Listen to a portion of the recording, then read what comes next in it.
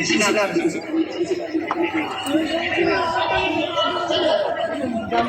sa alam nyo, nakausap ko kanina madaling araw si Atty. Miguel Dea pagkatapos ng hearing nila at saka si Ma'am Hanilet.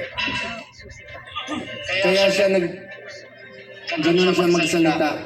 Dalawang dahilan, maaaring nag-a-adjust sa oras, at ang pinakamasakit sa lahat, yung sinabi sa akin ni Atty. Miguel Dea na hindi binibigay sa kanya yung gamot niya.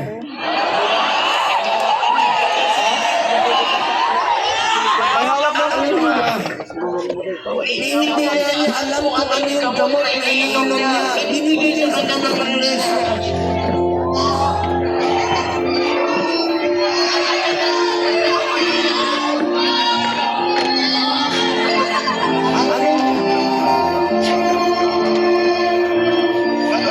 Ano gusto nilang gagawin kay Tatay Digong?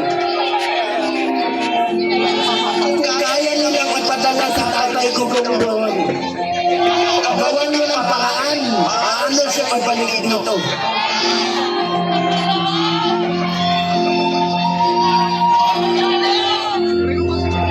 Gusto mo ba sa mga medisina niya?